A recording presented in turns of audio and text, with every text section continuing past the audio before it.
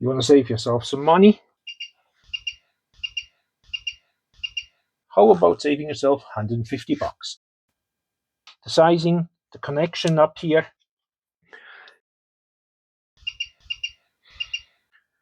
What's this annoying beep going on here?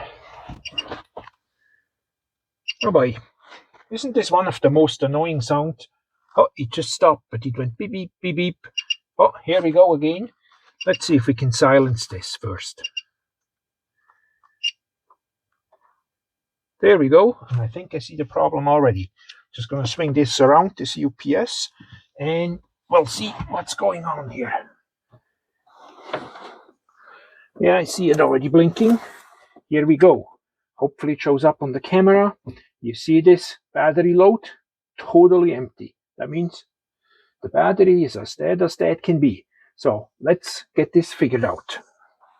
Now even this UPS is beeping. Battery is end of life. You want to save yourself some money? Don't just run out to the store and buy a new one. Now this model here is approximately, I'm talking in Canadian dollars or whatever that is in your currency. But this is the 1,000 or 1,500. 1,000. And probably retails for about $250. Now you can go, as I said, buy yourself a new one, probably about the same price, maybe even slightly more these days with everything getting more and more expensive. Or you could also replace the battery if you're certain it is just a battery, which I am in this case, because it even has an indication. Because there is some substantial savings involved. And I would say, how about saving yourself 150 bucks? So let's get into this. This unit is powered down. It's unplugged from the wall. The rest I can leave plugged in the back here. And we are gonna find the battery. Now, unfortunately, with this unit here, I can just clip it open. Some of them may have a set screw, some other ones don't. Here we go. And it's quite a big battery. It's actually a double battery. It's a dual battery. And I have some tabs, and there we go. Oof, almost dropped it already. And here is the culprit. Now these are two batteries. They are attached with a holder that puts them back together, and I think there is also a fuse in between because the two batteries have to be synced. But anyways, that's neither here or there. I may see, if you're interested, at the end of this video, I'll try to take this apart so I can show you the batteries individually, but you would be looking for something like that. Since it's relatively comfortable here, I think I'm just going to stay on the floor here. Now, you see that's very easy to take it out. There are different models, it's slightly different. The most difficult part is, I think, is finding what kind of a battery you need, and they don't always make it that easy on you. And I'll go through the steps here real quick. I make myself a few notes here. You see here RBC, but that's about all it tells you. Now on your model on UPS, you have your model number, but you also have a serial number. Now in my case here, this is an APC 1000. And then of course it has a model number at the bottom. That's normally that little sticker with the barcode. It's on the underside, and in my case that is a BX 1000G-CA. Assuming, since it's Canada, CA probably stands for Canada. With that, you can start to search online and find an appropriate battery. Now, the priority you are looking for is the actual battery rating. It says 7 AH and 12 volts. You can start your search here. You can also start with the search, what I just mentioned, with the model and serial number, put that in and see what it brings up. Now you will have different options coming up. You can buy the batteries individually and then put them back together yourself with the frame here and with the fuse. That's the most cost-effective option. However, you don't know if you buy the batteries individually or they're the same age. If you buy them together as one assembly, you know they're the same age, you know they're kind of synced together, because if you buy one here and here, they could be maybe 1 year old and one is only, let's say, a month old. Now, that shortens your lifespan substantially, again, of the entire battery pack. My recommendation is look for finding exactly what you need. Now, you may also come across that it says 9AH and 12 volts. So it always has to be 12 volts. Now the 7AH, basically that just means 7, 9. There's even other ratings. How long the battery is going to last you if you have a power outage before it shuts down as well. Don't try to upgrade what you got. If you're happy with it, just go with the exact same rating. If that makes any sense. This is RBC, but there is some information missing on either side. RBC, they just don't tell you anymore. But what I managed to figure out, it is an RBC, which actually say 123 B420. That would be the correct model. Now that would make it much easier to find, but again, you got to do your homework a bit and figure out. That's the most difficult part of this whole thing. In my case, I found this battery. However, I also found some alternatives, which were, I'm not saying cheap, but the exact same here. They probably look at about $150. That's still a $100 saving compared to buying a brand new unit.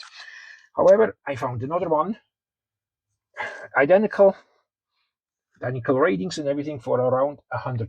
That's another $50 in my pocket, and I certainly take that. So all of a sudden, it's like $100 instead of $250 for a new unit, which is quite appealing, at least to me, and I'm sure for a lot of you folks as well.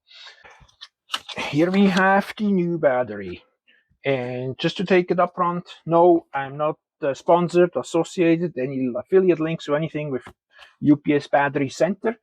That's just where I got the battery from, but I bought them with my very own money. Now, so what I should mention as well, if you have a smaller UPS, your battery may only be half the size. So you gotta check that out. But let's open this up real quick. Now, this unit here, I paid around $101, something around that. Again, it is Canadian. It doesn't have a green sticker, it has a blue sticker. But, truth to be told, let's get this out of the way. Now, truth to be told, whether it's a green or blue sticker, I would bet some money they're actually made in the exact same place, just a different label is put on. So if I take the new one I got here, we put this here, and here's the most important thing. Hopefully it shows up here. 12 volt 7H, 12 volt 7H. That's just reverse, but the sizing, the connection up here, something else you need to pay attention is a T2 in this case. Now, some batteries, you have some cables to connect. It has a positive and a negative. That's normally indicated on the battery as well. If I just go by memory, the positive probably is always, or most of the time, a red cable. The negative could be a black or a white. Think that maybe can fluctuate a bit. So really, all we have to do is plunk this in, turn on the UPC, and we should already be back in business. So give this a whirl. Now, by the way, if you have any questions or something, leave it in a comment. If you're not sure about something, if I know the answer or have any tips or tricks, by any means, don't hesitate to do that. The battery can only go in one way. So it can go in this way, which is the right way. And if you have it backwards, as you see, it just doesn't go in. It's keyed with the actual frame. Now, the only thing I recommend is I am going to lift up these labels here a bit. There we go. So they're on, but they're slightly loose. And the reason I'm doing that is if I have to take the battery out, it's easy for me just to lift these two tabs and pull it loose again. I am going to put an actual install date on, so I know exactly when I installed the battery. And it is, what is today? Gee, don't even know what date it is, but let's pull this forward. Let's put this battery in.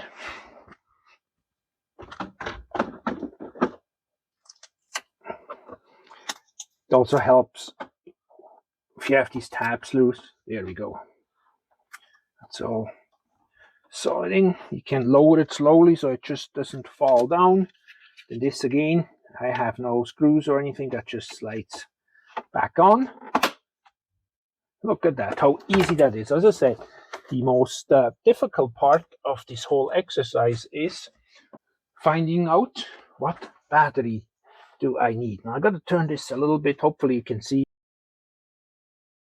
Let's turn this back on.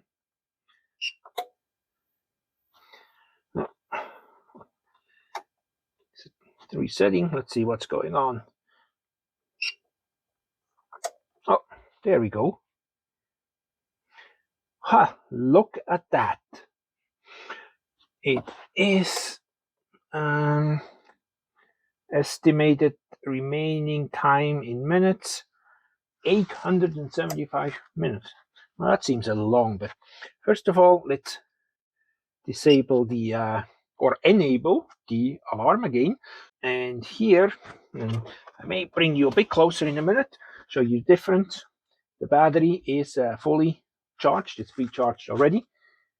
Unit is quiet, and guess what? We are back in business.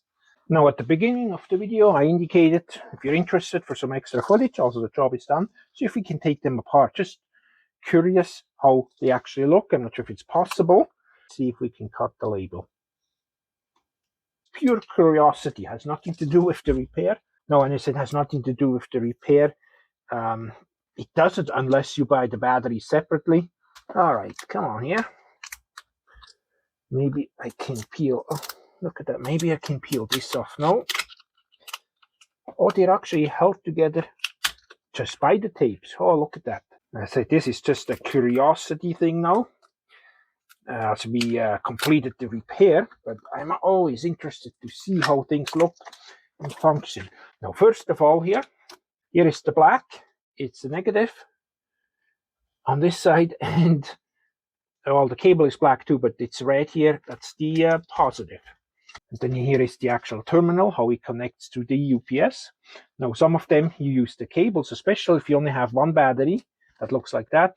You would have two cables coming from the UPS. You just connect right here, and you are done with it again.